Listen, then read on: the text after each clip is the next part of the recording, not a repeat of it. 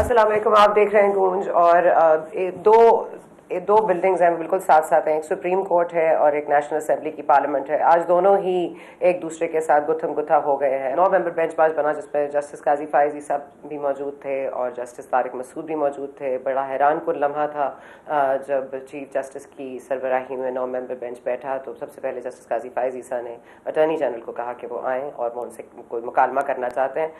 اور اس طرح سے معاملہ یہ ہوا کہ 9 ممبر بینچ ٹوٹ گیا. اس کے بعد سب اٹھ کے چلے گئے, لیکن اچانک سے 7 ممبر بینچ بن گیا, اور جس میں سردار طارق صاحب نہیں تھے اور قاضی فائزی صاحب نہیں تھے.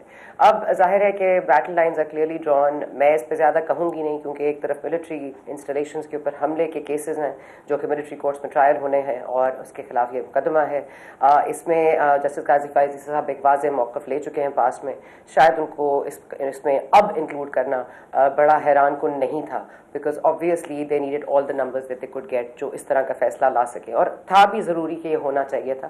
اور کیا ہی اچھا ہوتا کہ چیف جسٹس عمر اتب بندیال نے پہلے بھی اور معاملات میں بھی لارجر بینچز بنا دیے ہوتے.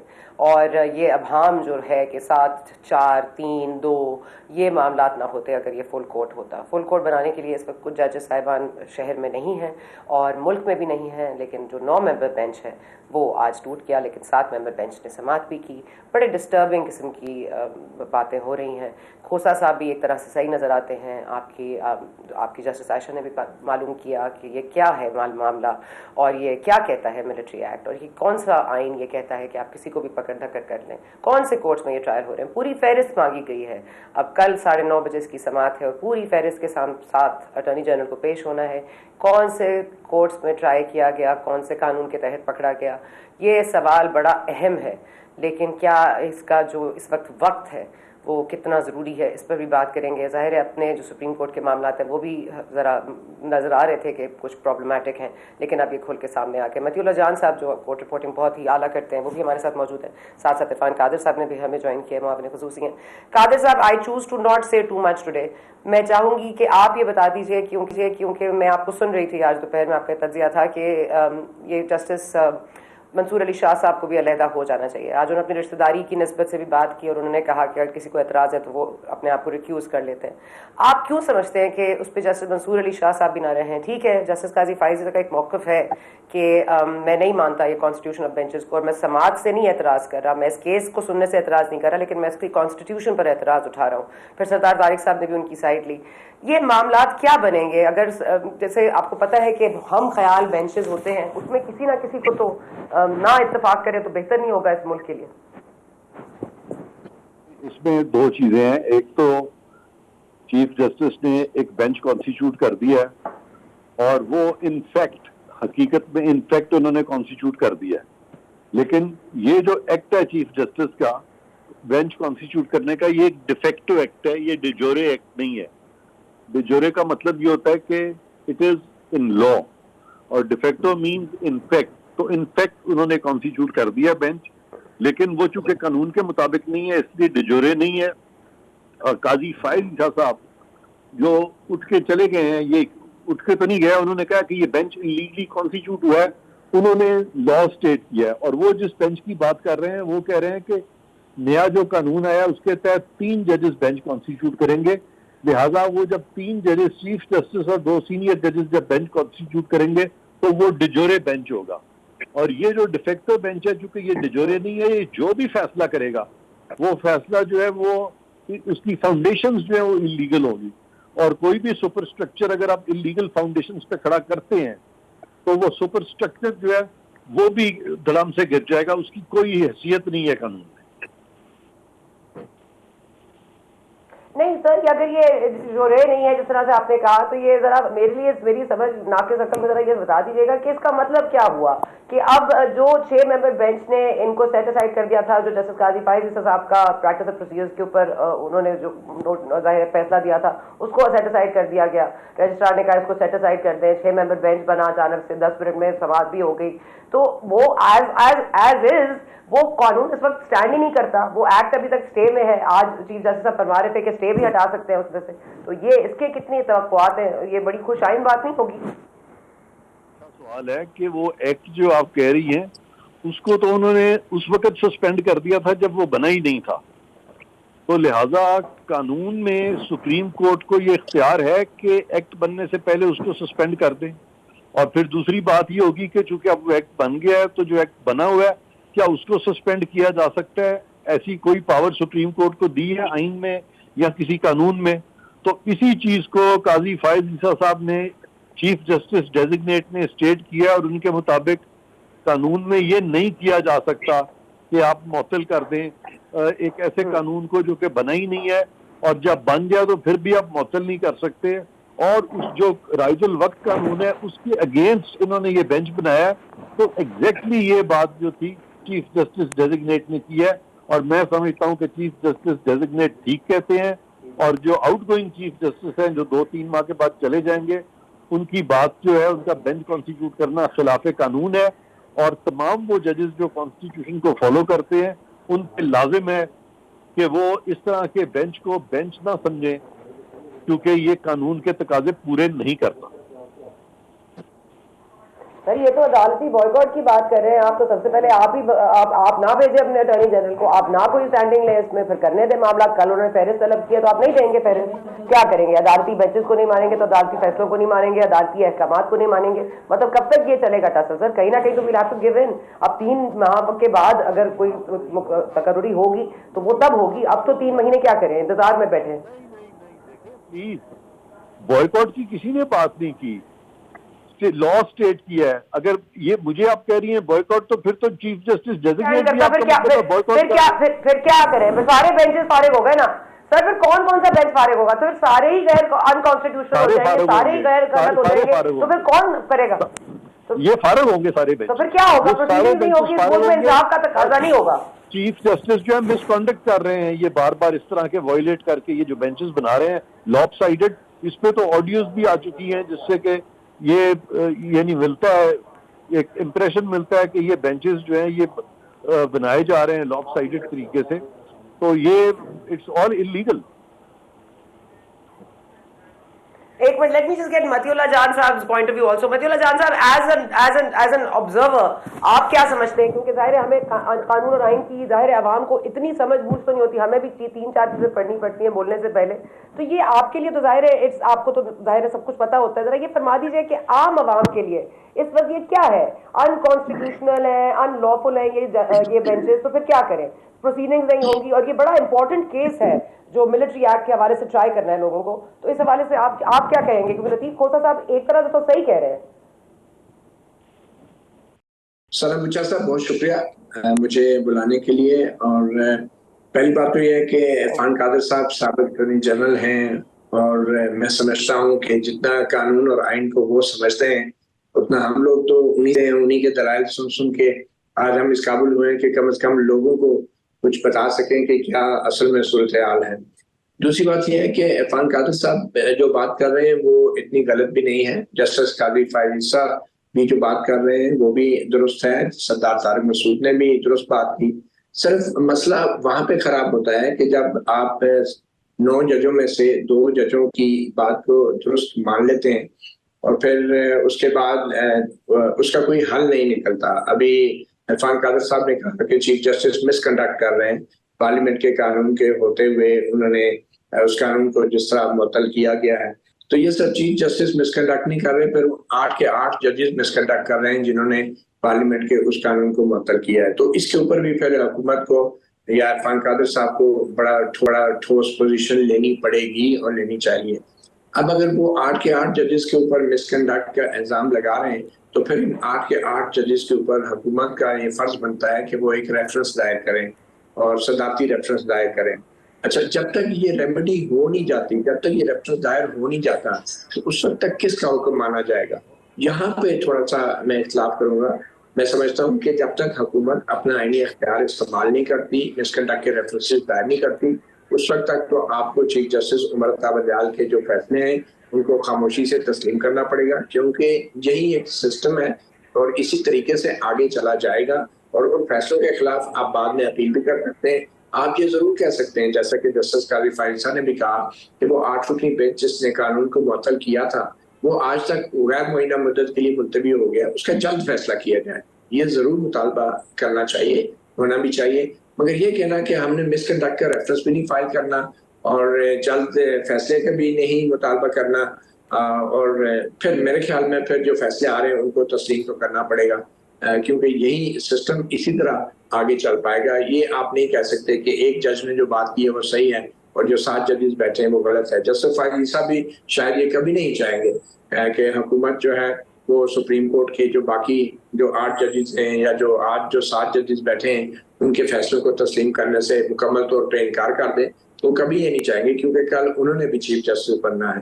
تو میرے خیال میں سسٹم کو آگے چلانے کے لیے یا تو حکومت کو آئینی اور قانونی اختیارات استعمال کرنے ہوں گے، ریفرنس دائر کرنے ہوں گے، یا پھر جب تک وہ نہیں کر سکتے تو پھر صرف کہہ دینے سے کوئی چیز غیر آئینی تو نہیں ہو جاتی۔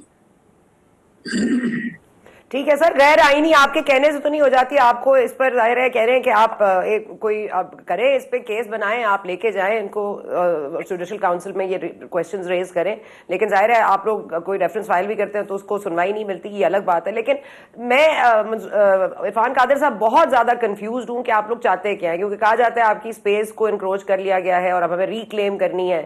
خواجہ آصف صاحب آج دھاڑ رہے تھے فلور آف دا ہاؤس، اور پتہ نہیں ان کو کیوں ایسا لگ رہا ہے کہ شاید جو چیف جسٹس ہیں اس وقت ایگزسٹنگ وہی اس وقت تھے جب نواز شریف صاحب کو اقامہ پہ نکالا گیا، شاید وہی تھے جنہوں نے ان کو مافیا کہا۔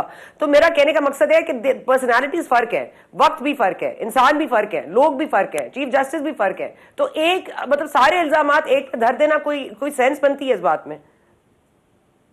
مطیع اللہ جان کا جو انالیسز ہے وہ بہت، میں اس سے بائی اینڈ لارج میں اس سے ایگری کرتا ہوں، انہوں نے بڑی صحیح باتیں کی ہیں، لیکن ایک چیز سے میں سم ہاؤ اس سے بھی میں ڈس ایگری ہے، سچ نہیں کہہ رہا، لیکن میں مطیع اللہ جان صاحب کو صرف کہہ رہا ہوں ذرا اس طرف سوچئے کہ یہ ٹھیک ہے کہ اس میں صرف 2 ججز نے یہ بات کی ہے، باقیوں نے نہیں کی، لیکن ہمیں یہ دیکھنا ہے کہ ان 2 ججز نے کسی لا پہ رلائی کر کے بات کی ہے، اور چیف جسٹس کے ساتھ جو ان کے ہم خیال ججز ہیں وہ جو بینچز پہ اعتراض نہیں اٹھاتے تو وہ بھی کسی لا پہ بیس کر کے یہ نہیں اٹھاتے۔ تو جسٹس قاضی فائز عیسیٰ نے جس لا پہ اپنا یہ آرگومنٹ بیس کیا ہے وہ انہوں نے کہا ہے کہ ایک لا آیا ہے اس کو پسے پشت ڈال کے تو یہ بینچز بنائے چلے جا رہے ہیں اور وہ معاملہ ڈیسائیڈ نہیں کر رہے اور لا کو سسپینڈ کیا ہوا ہے، لیکن قاضی فائز عیسیٰ صاحب کے سامنے اس کو سسپینڈ نہیں کیا جا سکتا اس لا کو، اور وہ رائج الوقت لا ہے۔ اب یہ دیکھنے والی بات ہے کہ جو پارلیمان لا بناتی ہے کیا کسی آئین قانون میں اس کو سسپینڈ معطل کیا جا سکتا ہے؟ اگر اس کو معطل کیا جا سکتا ہے، کوئی لا ایسا ہے مطیع اللہ جان صاحب ہمیں دکھا دیں، تو میں مطیع اللہ جان صاحب کے ساتھ ہوں، کیونکہ آرٹیکل 175 کی کلاس 2 یہ کہتی ہے کہ کسی عدالت کو ایسا اختیار نہیں ہوگا جو اس کو کسی اسپیسیفکلی آئین میں نہ دیا گیا ہو یا اسپیسیفکلی قانون میں نہ دیا گیا ہو، اور یہ والا اختیار جو ہے معطل کرنے کا قانون کو یہ نہیں دیا گیا۔ ہاں، قانون کو اسٹرائک ڈاؤن کرنے کا اختیار ہے، اگر کہ یہ کہہ کے اسٹرائک ڈاؤن کریں کہ یہ کسی آئینی شق کے متصادم ہے، وہ بھی انہوں نے نہیں کیا۔ تو اس لیے میں سمجھتا ہوں کہ فائز عیسیٰ صاحب کی بات جو ہے وہ قانون پہ مبنی ہے، اور چیف جسٹس صاحب اور ان کے ساتھ جو چند بینچز ہیں ان کو کوئی بھی لا سپورٹ نہیں کر رہا۔ تو باقی رہی بات وہ مس کانڈکٹ کی، وہ ایک آپشن اوپن ہے، وہ ایک ایڈیشنل آپشن اوپن ہے، اس پہ بھی دیکھا جا سکتا ہے، لیکن میں سمجھتا ہوں کہ کوئی سٹیزن ڈائریکٹلی بھی اس پہ درخواست ڈال سکتا ہے، اور ڈالی ہوئی ہے غالباً۔ یہ جو بینچز فارمیشن پہ درخواست آلریڈی پینڈنگ ہے چیف جسٹس صاحب کے خلاف سپریم جوڈیشل کاؤنسل میں۔ سر قادر صاحب، میں آپ کو تو نہیں بتانا چاہوں گی، آپ مجھ سے زیادہ بہتر جانتے ہیں، لیکن اس وقت جو 7 ممبر بینچ ہے ان میں 5 ہیں جو فیوچر چیف جسٹس ہوں گے اس ملک کے۔ اب وہ اپنے آپ کو اس اسپاٹ میں رکھنا چاہیں گے کہ وہ اپنا فیصلہ ایسا دیں کہ آگے ان کے آگے آ جائے، بیکاز آپ کو پتہ ہے کہ جسٹس قاضی فائز عیسیٰ کی پوزیشن کیا رہی ہے اور ان کے ساتھ ہوتا کیا رہا ہے۔ تو آج اچانک سے ان کو جب بینچ میں شامل کیا گیا تو یہ بھی بدنیتی پر آپ سمجھتے ہیں منحصر تھا، اگر یہ ان لافلی بنایا گیا بینچ ہے تو؟ ہاں، لیکن وہ بدنیتی چل نہیں نہ سکی، کیونکہ انہوں نے کہہ دیا کہ یہ نہیں بنا سکتے۔ اور یہ جو آپ نے کہا 5 چیف جسٹسز جو ہیں، 5 چیف جسٹسز کا کوئی ایسا ایکسٹرا آرڈنری ان کے پاس جوڈیشل پاور نہیں ہے جو کہ ایک جونیئر موسٹ جج کے پاس نہیں ہوتی۔ تو ایک جونیئر موسٹ جج اور ایک سینئر موسٹ جج یا چیف جسٹس سب کا فیصلے میں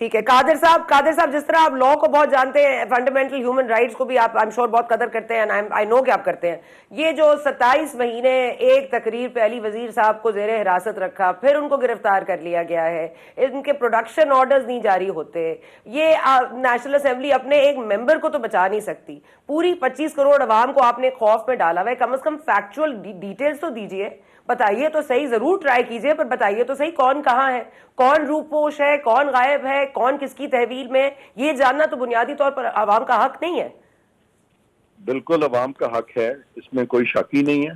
اگر کوئی اٹھایا جاتا ہے اور اس کے ویئر اباؤٹس کا پتہ نہیں چلتا تو یہ کانسٹیٹیوشنل ریمیڈی ہے اس کو اویلیبل, وہ ریٹ فائل کر سکتا ہے, ریلیونٹ فورم ریٹ جورسڈکشن ہے, وہاں پہ ہیبیس کارپس کی پٹیشن فائل کر سکتا ہے اور کرنی بھی چاہیے.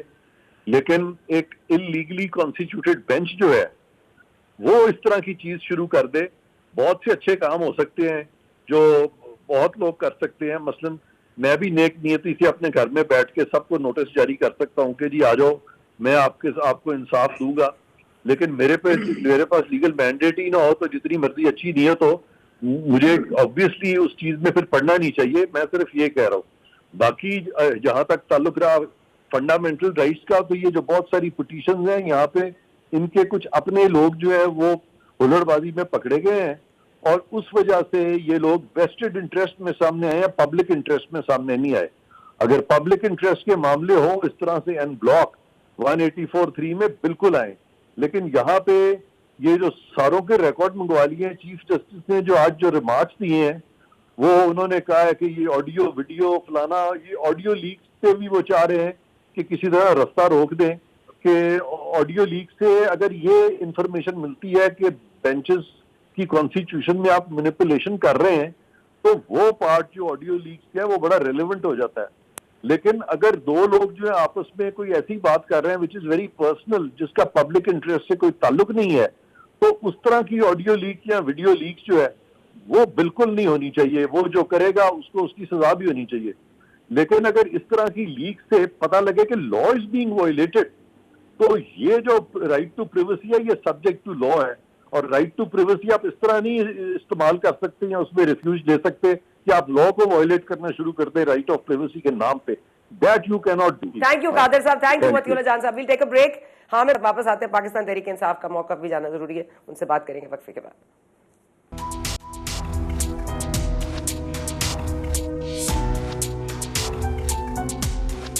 And welcome back. اس سائٹ پہ ہمیں جوائن کر رہے ہیں نعیم پنجوتا صاحب, وکیل ہیں, عمران خان صاحب کے کیس میں بھی تھے, پاکستان تحریک انصاف کے چیئرمین کے حوالے سے جب ان کے اریسٹ ہوا تھا تو یہ زخمی بھی ہوئے تھے. پنجوتا صاحب, یہ معاملات اب بڑے گمبھیر ہو گئے ہیں, ایسی اسپیس میں چلے گئے ہیں جہاں پر سمجھ نہیں آ رہا کہ آپ لوگوں نے جو علی وزیر کے وقت خاموشی اختیار کی, آج سبھی خاموش ہیں, تو یہ خاموشی کیسے ٹوٹے گی؟ اور جو آج سپریم کورٹ میں یہ سماعت ہوئی ہے, جو 9 ممبر بینچ بنا پھر وہ 7 ممبر ہو گیا, 2 ممبرز نے اس کو ان لافلی کانسٹیٹیوٹڈ بینچ کا ہے, آپ کیا سمجھتے ہیں یہ فہرست لے کر کل جائیں گے attorney general? What is the position that they going to take? جی تھینک یو سو مچ. جی بالکل, آج 9 رکنی بینچ پھر 7 رکنی بنا, اور اس پہ انہوں نے اعتراض یہ کیا کہ اس وقت جو معاملہ سپریم کورٹ کے اندر ہے وہ پریکٹس اینڈ پروسیجر بل کے حوالے سے ہے, تو پہلے وہ ڈیسائیڈ ہو جائے, اس کے بعد جو ہے ہم اس کویشچن کے اوپر آئیں گے. بات اصل یہ ہے کہ آپ یہ بھی چھوڑ دیں کہ ہم عمران خان صاحب کے کیسز دیکھ رہے ہیں یا اوور آل پاکستان تحریک انصاف کے کیسز دیکھ رہے ہیں. دیکھنا یہاں پہ یہ ہے کہ کیا سویلین کے مقدمات ملٹری کورٹس کے اندر چلائے جا سکتے ہیں یا نہیں. تو اس میں واضح طور پہ ایک آئین کے اندر کسی جگہ کے اوپر ایک لفظ نہیں لکھا ہوا کہ سویلین کا ٹرائل جو ہے وہ ملٹری کورٹس کے اندر ہوگا. دوسری یہ کہ لسٹ جو پرووائڈ ہونے کے حوالے سے نوٹسز بھی آج ہو گئے, اس میں اٹارنی جنرل صاحب کو واضح طور پر ہدایت کی گئی ہے کہ آپ جو ہے لسٹ جتنے ورکرز, جتنے صحافی, جتنے وکلاء, جو لوگ بھی گرفتار ہیں ان کی پوزیشن ڈکلیئر کریں کہ وہ کس کیس کے اندر ہیں, ان کا رول کیا ہے, کہاں پہ وہ پائے جا رہے ہیں.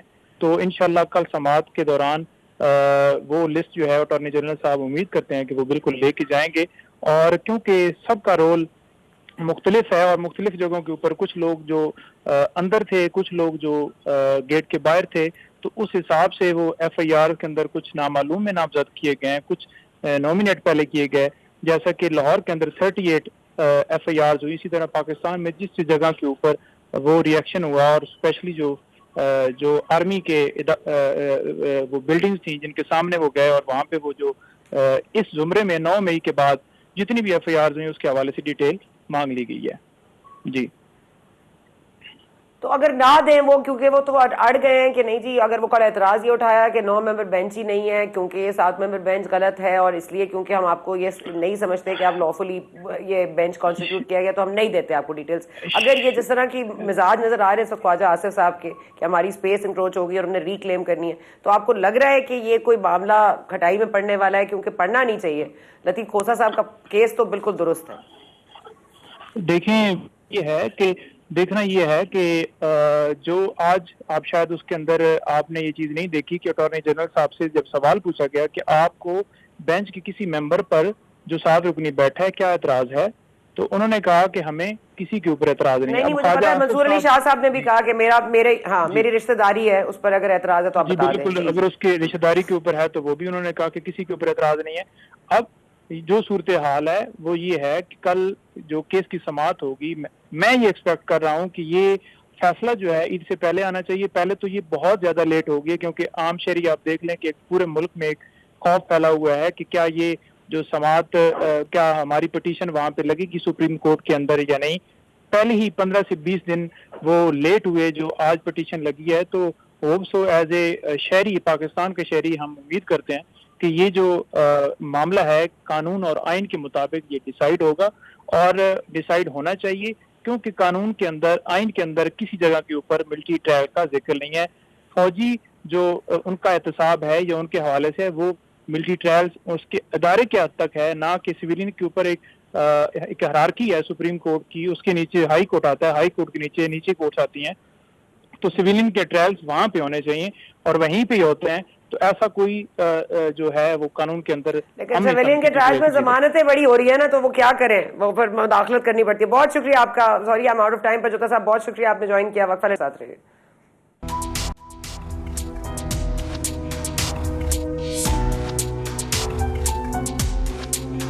کل سپریم کورٹ میں 9:30 بجے سماعت شروع ہوگی اس کیس میں کہ کیا ملٹری کورٹس میں ٹرائی کیا جاتا ہے سویلینز کو یا نہیں کیا جا سکتا. اس پر لطیف کھوسہ صاحب ایڈوکیٹ کر رہے ہیں, ہی از ریپرزینٹنگ اعتزاز احسن صاحب اور جسٹس قاضی فائز عیسیٰ اور جسٹس طارق مسعود اس بینچ کا حصہ نہیں ہے. اب یہ 7 ممبر بینچ ہے.